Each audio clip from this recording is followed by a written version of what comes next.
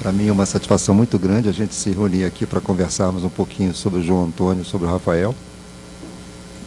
Ultimamente a gente sabe que a literatura é cada vez mais uma produção cultural que rola em circuitos como esse nosso aqui, íntimo, né?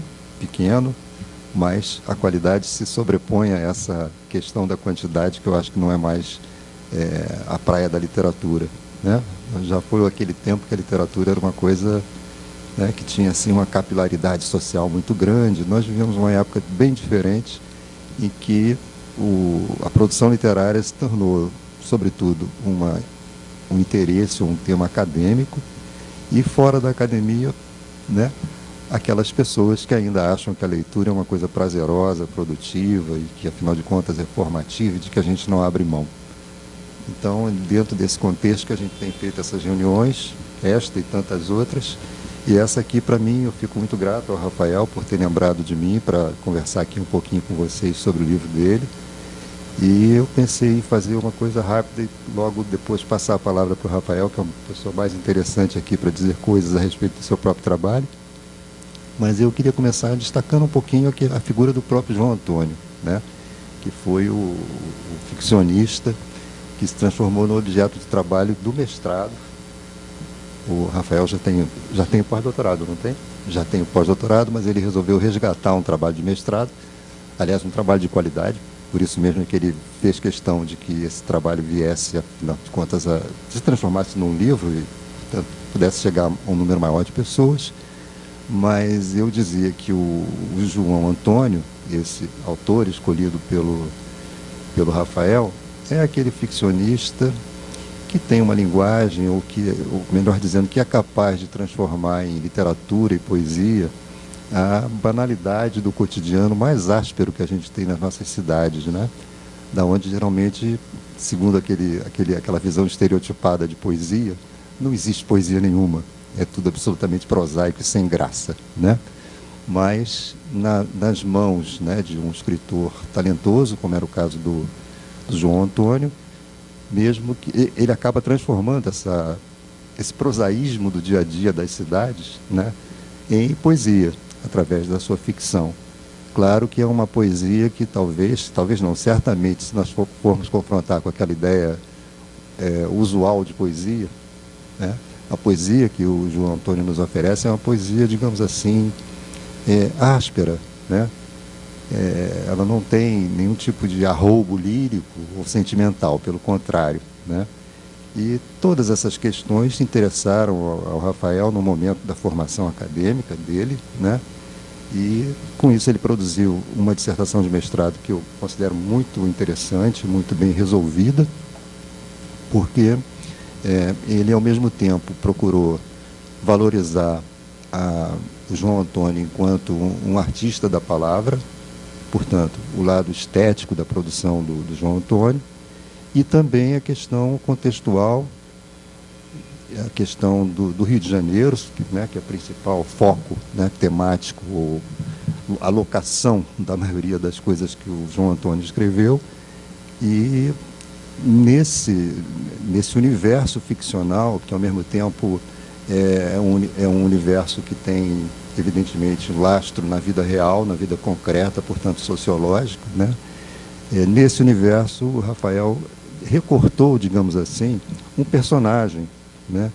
Que é a figura do malandro, que tem toda uma mitologia, né? Sobretudo para nós cariocas, eu acho que mais do que em outros estados do Brasil, essa ideia do malandro, né? Que é uma dimensão da obra do João Antônio que não escapou à malha analítica do Rafael, e ele acabou investindo, né, nesse aspecto da ficção do João Antônio. Então, outra coisa que eu também acho que é importante a gente destacar, o João Antônio não é um escritor, assim, dos mais conhecidos ou dos mais... Mesmo na época dele, ele teve, né, eu cheguei a conhecê-lo pessoalmente, é uma figura assim muito, muito interessante também, embora muito fechada, né? Acho que a Ana Lúcia conheceu também, né? Mas o João Antônio nunca foi, pelo menos que eu me lembre, né, um escritor assim daqueles mais evidenciados, até por causa talvez do jeito dele, né, que era uma pessoa meio retraída, não gostava muito de, um pouco áspero assim no trato social, né, mas eu gostava muito dele. E por essa razão, entre outras, né, a obra dele ficou assim um pouco, todo mundo fala nele, mas pouca gente lê, né? E nesse sentido, a contribuição do Rafael, eu acho, mesmo que haja essa defasagem entre o tempo em que ele fez o trabalho, 2009, né, Rafael? 2009, quando ele fez o mestrado, já tem pós-doutorado agora, né? E esse nosso tempo, 2024, né, tem uma distância grande aí, mas na análise feita pelo Rafael, no estudo que ele produziu, nós temos uma leitura, digamos assim, atualizada, né, dessa figura de ficcionista, que tem uma importância que eu acredito bem superior à notoriedade dele, né? Aí a gente tem assim aquela questão do cânone, né? Afinal de contas, o João Antônio faz parte ou não faz parte do famoso cânone, né? Bom, essa discussão seria outra conversa, mas eu tenho assim para mim de que a evidência de um escritor e até a entrada dele no cânone naquele sentido mesmo acadêmico ou escolar do termo, né? Quer dizer, aqueles autores que são mais lidos, mais prescritos pelos professores, não é o caso do João Antônio, mas essa questão da composição do cânone, né? Claro, é uma questão complexa, tem um monte de causas que a gente pode rastrear, mas tem uma causa que não chega a ser uma causa, porque eu diria que é fruto do acaso, simplesmente, né? Quer dizer, há determinados autores que, por uma razão que escapa a todo mundo, porque qualidade não lhes falta, né, eles acabam ficando na fímbria do cânone, né, na beirinha do cânone, não assumem uma centralidade por razões que não são, acho eu, detectáveis, né? Então, a literatura é muito ampla, as possibilidades são muito vastas. Então, se a gente imaginasse um cânone abrangente que não deixasse nada de fora, né, nós teríamos uma situação inabarcável por cada um de nós indivíduos, né? Porque quando a gente pensa no cânone, a gente pensa sempre num universo legível no tempo que eu tenho de vida. Porque, do contrário, né, o cânone é algo assim tão amazônico, né, tão oceânico, que não há absolutamente condição, né, da gente incluir tudo. E esse é o motivo pelo qual alguns escritores que têm um mérito enorme, né, ficam assim um pouquinho, né, não diria esquecidos, não é bem o caso, né, mas lembrados e pouco lidos, né? Eu não me lembro de edições recentes, por exemplo, do João Antônio. Não sei se o Rafael tem mais informações certamente do que eu sobre isso. Bem, mas então era isso o que eu queria situar inicialmente para a nossa conversa, primeiro agradecendo aqui a participação de tantos amigos nossos, do Rafael, e passar a palavra para ele, mas não sem antes fazendo aqui uma questão, né, para ele também conversar aqui conosco. Como eu disse, é a principal pessoa para falar que ele é ele, não eu. Mas o que eu queria, Rafael, que você conversasse um pouco conosco, é sobre os motivos por que você chegou ao João Antônio, né? Como é que você se interessou por esse escritor, que afinal de contas não é uma presença frequente dos nossos programas, por exemplo, acadêmicos, né? Como é que você chegou a ele e como é que você, na obra dele, né, entreviu questões que a fortuna crítica anterior não tinha provavelmente visitado, né? Certamente não visitou, e você então conseguiu ali encontrar uma hipótese de trabalho, né? Uma maneira de analiticamente tratar da obra desse escritor, que produziu uma dissertação de mestrado bastante bem sucedida em termos assim de avaliação pela banca, tanto que, anos depois, pandemia no meio inclusive, né? Você resgatou esse material e, com isso, produziu um livro que também, do ponto de vista assim, da edição, né, acho que vocês, quem não teve chance ainda de folhear e de ler, vai verificar isso. É uma produção editorial muito caprichada, né? Até a apresentação material, mas também a edição do próprio texto, né? Tudo muito caprichosamente feito pela editora, certamente com o trabalho do Rafael supervisionando. Então, é isso, Rafael. Queria primeiro te parabenizar pelo livro e pedir que você disserte um pouquinho, que você exponha um pouco sobre os motivos que te levaram ao João, né, ao João Antônio, como é que você formulou a sua hipótese. Boa noite, todas e todos. Obrigado, Roberto Císelo, pelas generosas palavras. É um prazer estar aqui, um prazer enorme nessa casa, Casa Dirce. Agradeço ao João César de Castro Rocha pelo convite. Ele não pode estar presente, né? Ele está em missão em Portugal, representando a UERJ. Vocês estão me ouvindo bem, né? E, bom, é uma felicidade estar com tantas pessoas queridas, amigos de longa data, amigos mais recentes, professores, todos muito queridos nesse lançamento. Bom, o meu contato com o João Antônio ele inicia em 2002, para dizer a verdade. Quando eu morava na Itália, estava fazendo graduação e tinha pouco contato com o Brasil, estava muito afastado do Brasil. Vim ao Brasil de férias por um casamento de família e entrando numa biblioteca em Copacabana, quando ainda tinha biblioteca em Copacabana, livraria, desculpem, porque não há livraria em Copacabana hoje, não sei se vocês sabem, não há nenhuma livraria, nem sebo, porque tem a Amazon, sim, e-books, mas chama um pouco a atenção, né, esse fato de que não há uma livraria. Se eu não me engano era Saraiva, e aí eu comprei esse livro aqui, exatamente essa edição. E aí eu já estou respondendo a uma pergunta do Roberto sobre edições do João Antônio. A Cosac Naif reeditou a obra do João Antônio quase inteira, pelo menos os livros principais, né? O primeiro, Malagueta, Perus e Bacanaço, de 63, que provavelmente é o mais conhecido. Depois Leão de Chácara, Dedo Duro, Abraçado ao Meu Rancor, que eu trouxe aqui também. É um livro do qual eu gosto muito, talvez seja o meu preferido dele, de 1986. E uma coleção de contos reunidos com alguns inéditos, isso em 2012. Esse livro é de 2001, né? O Copacabana. Então, eu em Copacabana compro esse livro, recém-lançado, era 2001, né? A gente estava em 2002.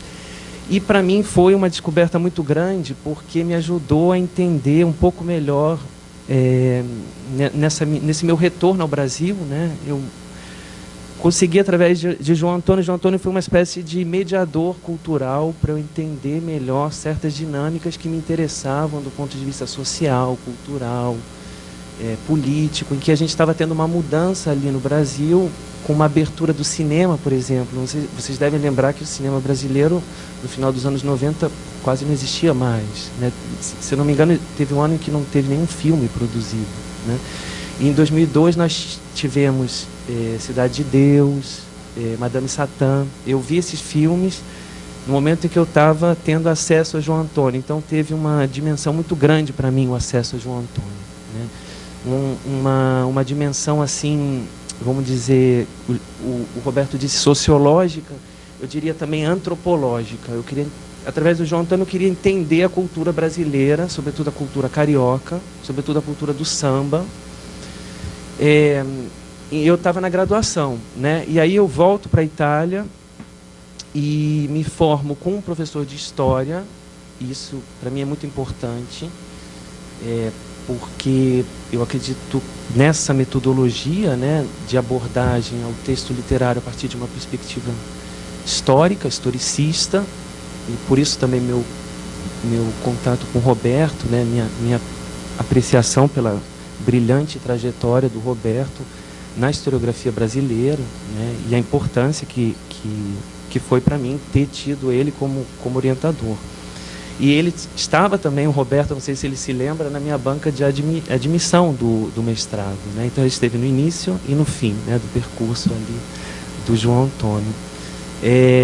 E aí eu volto para a Itália, me formo com um professor de história, então ali nasceu um embrião, né? Eu fiz um trabalho final de curso na graduação, tentando pretensão, né? Com os 20 anos a gente é muito pretensioso, querendo fazer um mapeamento das favelas do Rio de Janeiro, em italiano, mostrando, fazendo uma síntese, né, do que, tentando explicar o que poderia, para um público, né, leigo, o que é uma favela, e não tentando mostrar somente o lado criminal, né, mas também o lado cultural, histórico, né, esse hibridismo, né, que está no samba, essa mescla cultural que existe no samba carioca.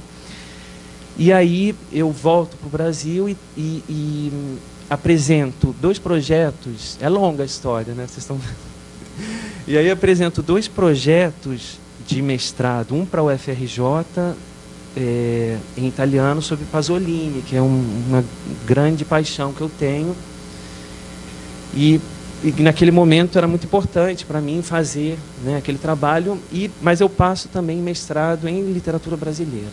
E aí eu decido ir para a literatura brasileira, que era um desafio maior para mim. Eu lembro que eu estava com muito medo da prova de admissão, de escrever em português, eu ainda tinha muitas dificuldades. E eu apresento um projeto sobre o Rubem Fonseca. Meu interesse inicial era o realismo em Rubem Fonseca, mas já durante a discussão com a banca do pré-projeto eu me dei conta de que, na realidade, eu tinha uma paixão maior por João Antônio, e João Antônio realmente era o objeto da minha pesquisa. E aí, como trabalhar João Antônio, né? Tentando responder um pouco ao Roberto as várias questões que ele colocou, né, de um autor pouco canonizado, pouco conhecido, pouco lido. Ele falece em 96, né? Então, para 2002, quando eu descobri, tem uma proximidade muito grande, né? A gente tem uma fortuna crítica ainda muito pequena, né, em relação a João Antônio. Mas eu, de antemão, eu já diria o seguinte: eu lembro de um professor na faculdade que dizia que, na realidade, quem faz a literatura são os chamados pequenos autores. Os grandes autores extrapolam, né? Eles extrapolariam, eles estariam fora do cânone. E os chamados pequenos autores que construiriam as escolas literárias, as tendências, né, naquele momento. Então, o João Antônio, ele poderia ser um desses autores, né? Um autor que está ali numa transição, né? Quando ele começa a escrever nos anos 60, junto com Rubem Fonseca, né? São os autores que vão apresentar seus primeiros livros no início dos anos 60. Maria Carolina de Jesus, né? Então, uma literatura urbana, uma literatura que vai tratar temas da metrópole que está surgindo no Brasil, com desenvolvimento. E aí entra uma questão que me interessava muito, que está presente no João Antônio, sobretudo no Abraçado ao Meu Rancor, né, que eu indiquei para vocês, a questão da modernidade, como que ela se coloca num país como o Brasil, com tantas desigualdades, com tantos descompassos, com tantas temporalidades diferentes. Como que essa modernidade, muitas vezes, ela pode ser agressiva, né? Ela pode ser uma forma de exploração, de domínio, né, ainda maior, se a gente pensar do ponto de vista antropológico, né, a cultura. Como que o desenvolvimento, às vezes, pode ser um atraso, né? Então aí vem a questão de fazer um duplo trabalho com o João Antônio, de língua e de história, né? E aí eu me apoiei muito na estilística alemã e italiana, né? Sobretudo um autor que é pouco conhecido no Brasil, Contini, um crítico italiano, Contini, que dizia que através do estilo do autor você consegue reconstruir a sua visão de mundo, né? Que os alemães chamam de Weltanschauung, né? Você consegue fazer uma junção entre gramática e conhecimento, né? Entre língua e ética e posicionamento moral, né? Então, a partir daí eu selecionei 2 contos de João Antônio, pensando muito no método, repito, da estilística, né? Auerbach, por exemplo, né? O que ele faz em Mimesis, pegar uma parte para você conseguir ver o todo, né? Eu até selecionei um trecho desse autor Contini, né? Traduzindo aqui rapidamente para vocês, sobre esse aspecto.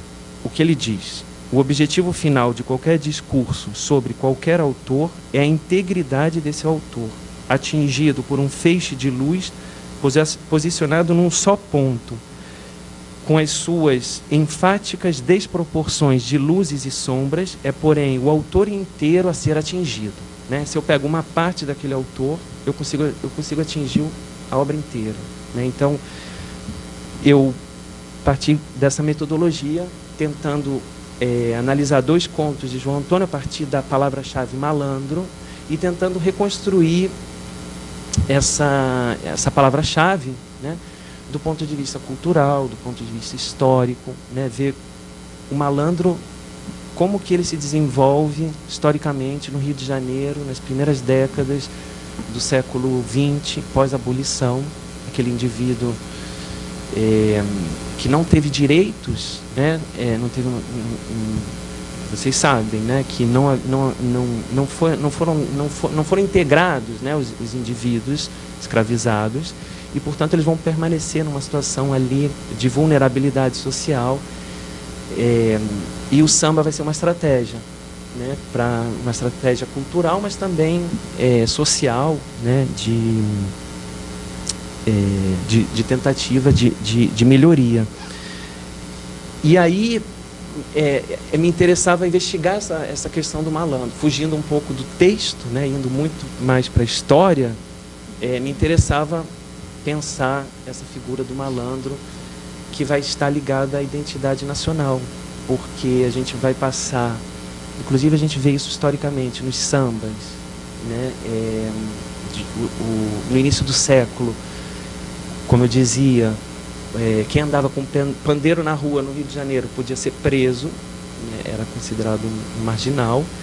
E nos anos 30, na época de Getúlio, nós temos os sambas nacionalistas, que vão fazer uma exaltação do trabalho, então vão na contramão, né, desse indivíduo malandro, e aí vai ter uma aceitação do samba que vai se tornar um símbolo da nacionalidade. Então a gente vai ter aí uma questão interessante do ponto de vista cultural, né? E aí vários desdobramentos. O jeitinho, o chamado jeitinho, né? Tem muitos estudos sobre isso também, sobre essa marca cultural. E a transformação, enfim, né? Isso aí a gente já chega nos dias atuais, do malandro em bandido, né? Quando a gente passa de um universo lúdico, vamos dizer assim, para uma questão mais concreta de exclusão, né, e de violência. E aí a gente entra com João Antônio, onde tudo isso está misturado, né? Todas essas questões estão mescladas, são ambíguas, né? E aí eu acho que essa ambiguidade do malandro, ela consegue ter uma potência muito grande na obra de João Antônio. 2 outras questões que eu queria dizer, e depois a gente pode dialogar, se vocês quiserem fazer perguntas, comentários, pensando sempre no que o Roberto disse, né?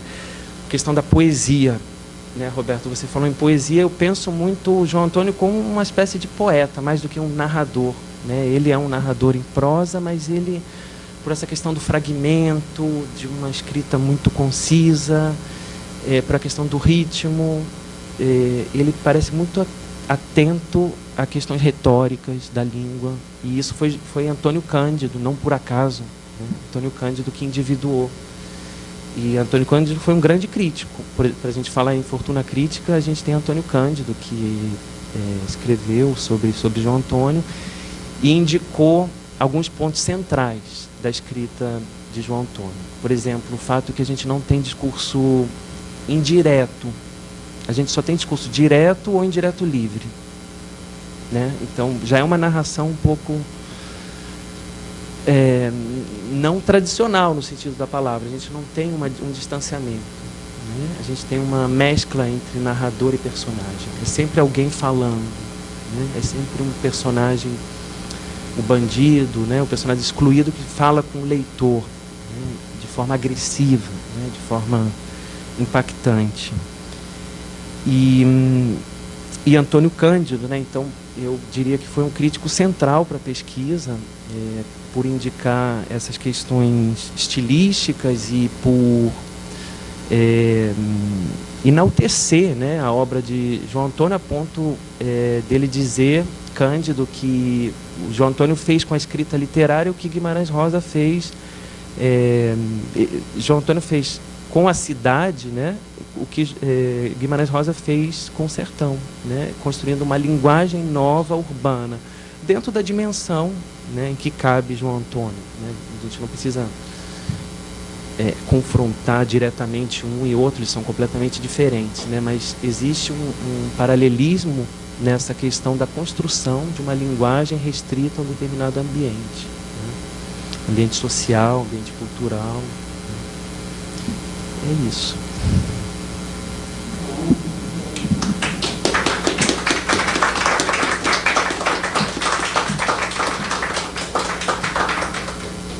Excelente, Gabriel. Rafael, muito obrigado. Foi muito bom a sua fala aí, recuperando essa trajetória. Bem, mas então agora, os colegas que Paulo já pediu ali, o Paulo já se antecipou ali. Paulo Roberto Pereira, professor da UF. Eu estou aqui porque estão dois amigos meus na mesa, né? Então, eu e o Roberto somos amigos da vida toda, e o Rafael é filho e agora amigo meu pessoal de uma grande amiga minha, a Sônia Salomão, que está defendendo o Brasil lá na Itália. Embora não precisasse, mas, de qualquer forma, a Sônia lá é sempre alegria. Eu sou leitor do João Antônio, como você também, acompanhei, o Roberto sabe isso tudo. Eu sempre, para usar uma expressão feliz do Wilson Martins, o João Antônio pertence a uma família espiritual, né? Que tem o Rubem Fonseca de um lado e o Dalton Trevisan do outro, porque isso que no final você falou da precisão da linguagem, a preocupação com o texto, eu vejo assim, eu não sou especialista em João Antônio, eu sou especialista no Brasil colonial. Então, mas eu acho realmente um grande escritor. Eu não sei, o seu livro, eu vim hoje aqui exatamente para adquirir o livro, também vê-lo e ouvir o Roberto. E, então, eu acho que o João Antônio está, como o Roberto estava explicando, né? Está quase na franja do cânon, né? Mas, quando a gente vai tratar da família espiritual, ele obrigatoriamente entra. E eu acho que é um autor cíclico. Isso que aconteceu agora com Lima Barreto, que de repente voltou, todo mundo publicou biografias e tal. Já me bastava a biblioteca do Lima que eu tinha, tive de comprar agora um monte, né? Eu pensei que parava na Beatriz Rezende, mas agora está uma nova onda ali. Então, eu acho que o João Antônio, a partir do seu livro e tal, possa fazer aí uma divulgação.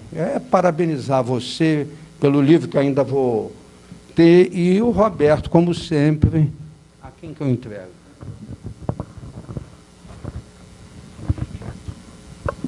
Muito obrigado, Paulo.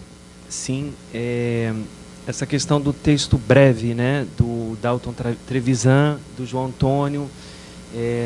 João Antônio não escreve romances, né, propriamente ditos, são contos, e mesmo assim contos, reportagens, muito próximo do lirismo, né, como a gente dizia. Então, é muito interessante a gente pensar do ponto de vista do gênero mesmo, gênero literário, né, como essa questão do romance está ligado, a gente sabe, à identidade nacional, e como é difícil num país em que você tem ainda alguns entraves, né, nessas questões, esse romance ter tido um advento como em outros países, né, por exemplo. Então, ele, em relação ao que você falou, né, dessa questão que o Roberto também estava tocando, né, do cânone,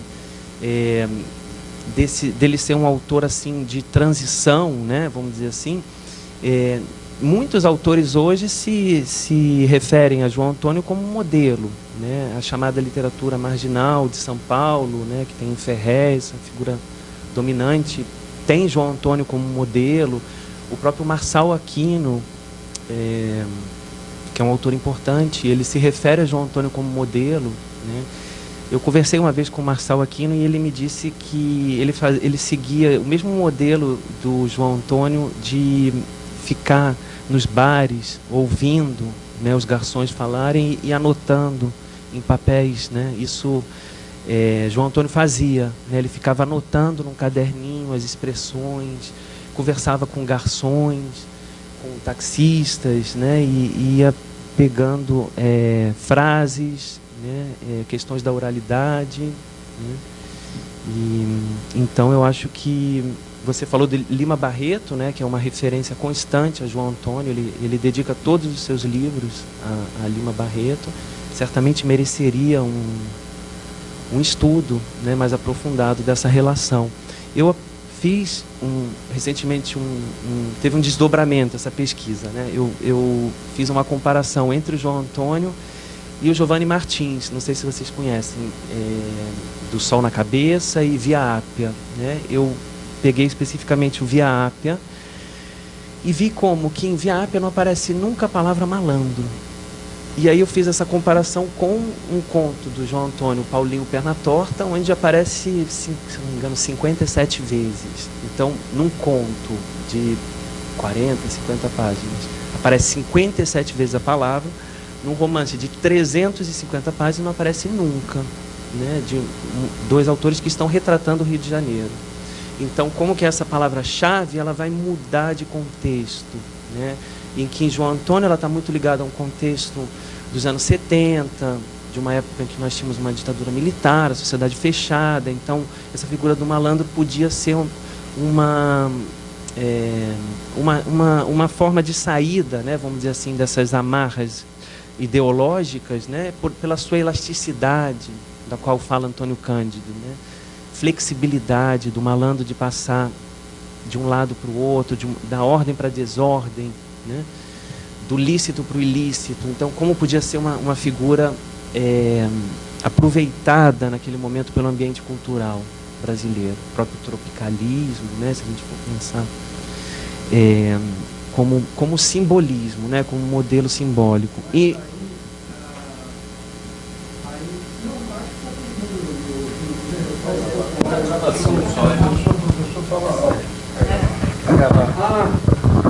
mas aí interessante, quando você falou no Gianfranco Contini, que é a escola estilístico-filológica alemã, italiana e espanhola, não podemos esquecer que é uma trindade, né? Então, eu acho que essas minudências que você está falando aí de pegar a palavra simbólica malandro, né? Eu acho que é muito bom. Eu trabalho, porque eu faço isso lá com o meu trabalho, então me lembrei disso. Perfeito. Deixa eu ligar o ar também. Ou isso. É que o cabo.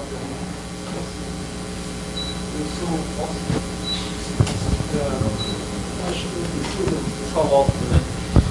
Bom, tá gravando. Bom, boa noite a todos.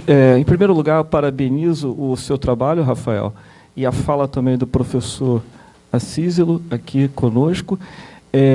Eu conheci João Antônio também como leitor. Eu fiz meu mestrado e doutorado na Federal de Santa Catarina, isso por volta de 2012 a 2016. Agora faço um pós-doc na UFRJ com meu supervisor, o professor Godofredo. Quando o professor Acísilo menciona a palavra hipótese, né, a hipótese da sua pesquisa, me veio assim uma curiosidade em tentar aqui levantar uma questão acerca. Você fala da parte dessa palavra malandro, né?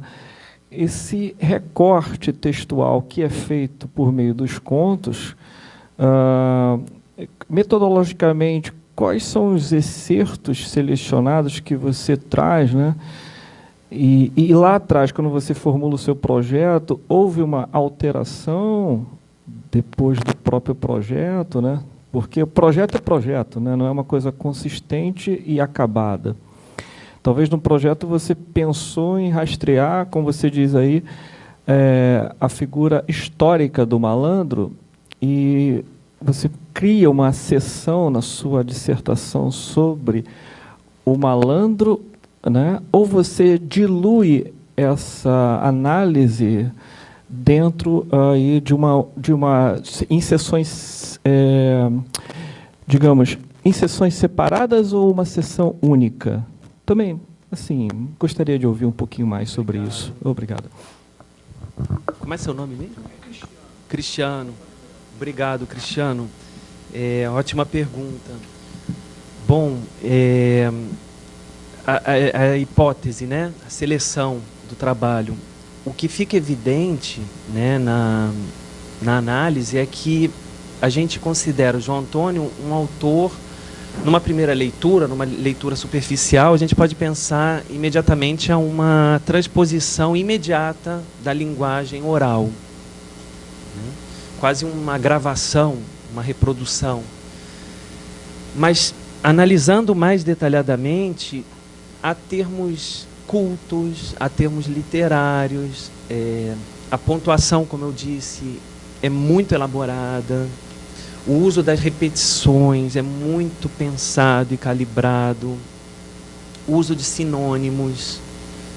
Então, é difícil a gente falar dessa oralidade de João Antônio, né? O trabalho que eu fiz foi especificamente sobre a oralidade. E dá para perceber que não é uma transposição imediata, né? Existe ali, como o Antônio Cândido diz, uma estilização. Eu dividi o trabalho em 3 partes, né, tentando responder a sua pergunta. A primeira parte, uma parte de introdução, né, é aquela divisão clássica, né, geralmente que a gente faz. E aí uma introdução ao autor, ao contexto histórico, a discussão sobre alguns temas. Por exemplo, ele foi um autor também muito criticado. Ele foi malhado, né, pela Flora Susequinde por conta do que ela apontava como neonaturalismo, né? Um grupo de escritores, como alguns que nós já citamos aqui, né? João Antônio, Rubem Fonseca, Inácio Loyola Brandão, o próprio Chico Buarque estava nesse grupo. Eles fazem uma publicação nos anos 70, né, todos juntos, em que o tema principal eram os temas sociais, né, da literatura, né, uma literatura que estava preocupada com questões sociais. E aí a Flora vai apontar como essa literatura ela tem um percurso que vem do naturalismo, e num contexto como aquele de ditadura, mostrar isso, fazer uma literatura naturalista seria ser um pouco complacente com o regime, seria isso, né, em síntese. E eu consigo entender essa crítica, porque existem momentos em que o texto de João Antônio ele é um texto jornalístico, realmente. Ele era um jornalista. Então, essa linha entre o estético, né, o acabamento estético, a estilização e a reprodução da realidade, ela é muito sutil em João Antônio. Existem textos que são contos estilizados, bem acabados, e existem reportagens jornalísticas. São coisas diferentes, embora contingentes, né? Eu acho que João Antônio introduz alguns temas do pós-modernismo, por exemplo, a fragmentação, uma literatura que mistura o popular com o erudito, né? E, sobretudo, essa questão da identidade nacional, eu não acho que seja uma complacência, né, apresentada pela sua obra. Eu acho que tem ali uma discussão central, né, que a gente pode aprofundar. Eu acho que existem muitos temas, eu fui percebendo, né, respondendo a sua outra pergunta, se não me engano foram 3. A pesquisa, ela foi se modificando um pouco, né, ao longo desses anos, sobretudo eu tentei enxugar o texto, tentei corrigir, que é um trabalho infinito, né? A gente não termina nunca, né? Se a gente for olhar, sempre vai ter alguma coisa, e quando você entrega, você percebe, dá vontade de não olhar mais, né? Você entrega e não olha mais, né? E modificou no sentido de que surgiram alguns desdobramentos, como esse, né, em que eu fiz essa comparação com Giovanni Martins. Eu acho que dá para aprofundar mais, dá para investigar mais a relação com Lima Barreto. A própria questão desse termo malandro é um termo complexo, né, porque ele vai remeter a outras culturas também, ao pícaro, né, do siglo de ouro, Antônio Cândido fala muito bem sobre isso, né? Como existiriam dois tipos de malandro. Um malandro do folclore, um malandro típico, que aí existem várias culturas, né? Inclusive na Itália, porque o termo vem do italiano, parece, malandrino, de malandare, né? De andar meio já fazendo uma ginga, né? Um movimento. O termo remete a isso, a esse movimento, né? E no italiano existe esse termo também, embora não exista a figura tão clara, existem alguns contextos. Mas no folclore existe, em geral, na mitologia, né?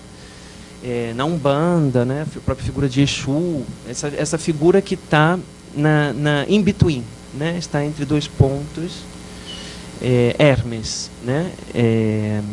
Que faz a comunicação entre dois mundos diferentes, né? Então aí tem muita coisa para a gente investigar, para a gente aprofundar, né? Nessa questão de mesclar, né? de hibridismos, enfim.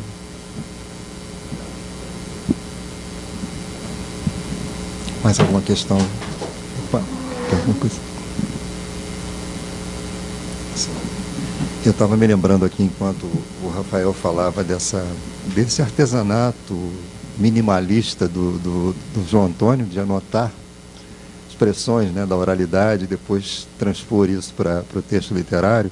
Acho que vocês vão lembrar de uma entrevista famosa do Nelson Rodrigues, em que perguntaram a ele se os diálogos que ele punha nas suas peças eram assim extremamente banais, né?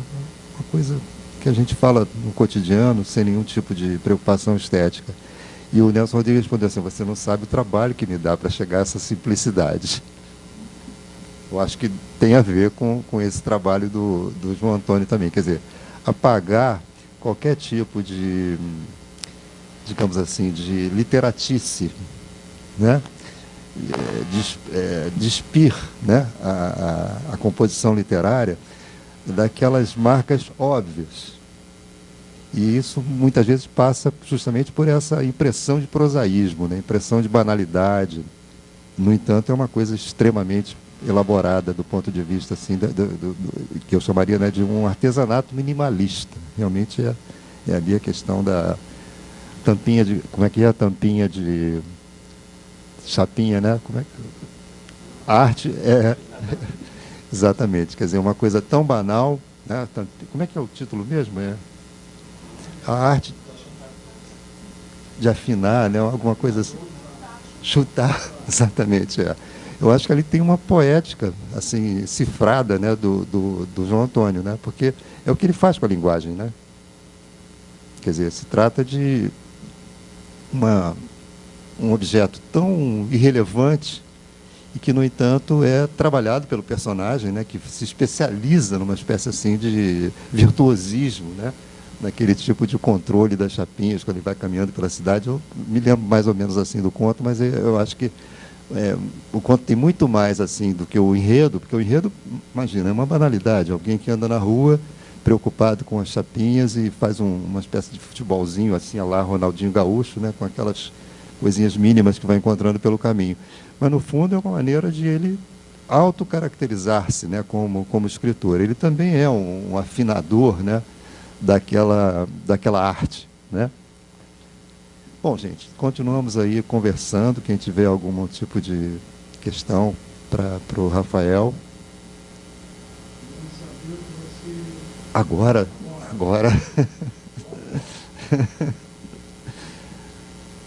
Então, Rafael, você quer... Afinação na arte de chutar tampinhas.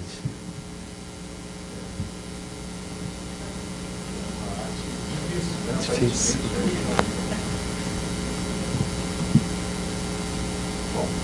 Se por acaso não tivermos mais alguma contribuição, alguma participação, vocês estão convidados todos agora a tomar um cafezinho, a conversarmos um pouquinho. E o lançamento é agora, Paulo. Agora mesmo, aqui mesmo. Muito obrigado, boa noite.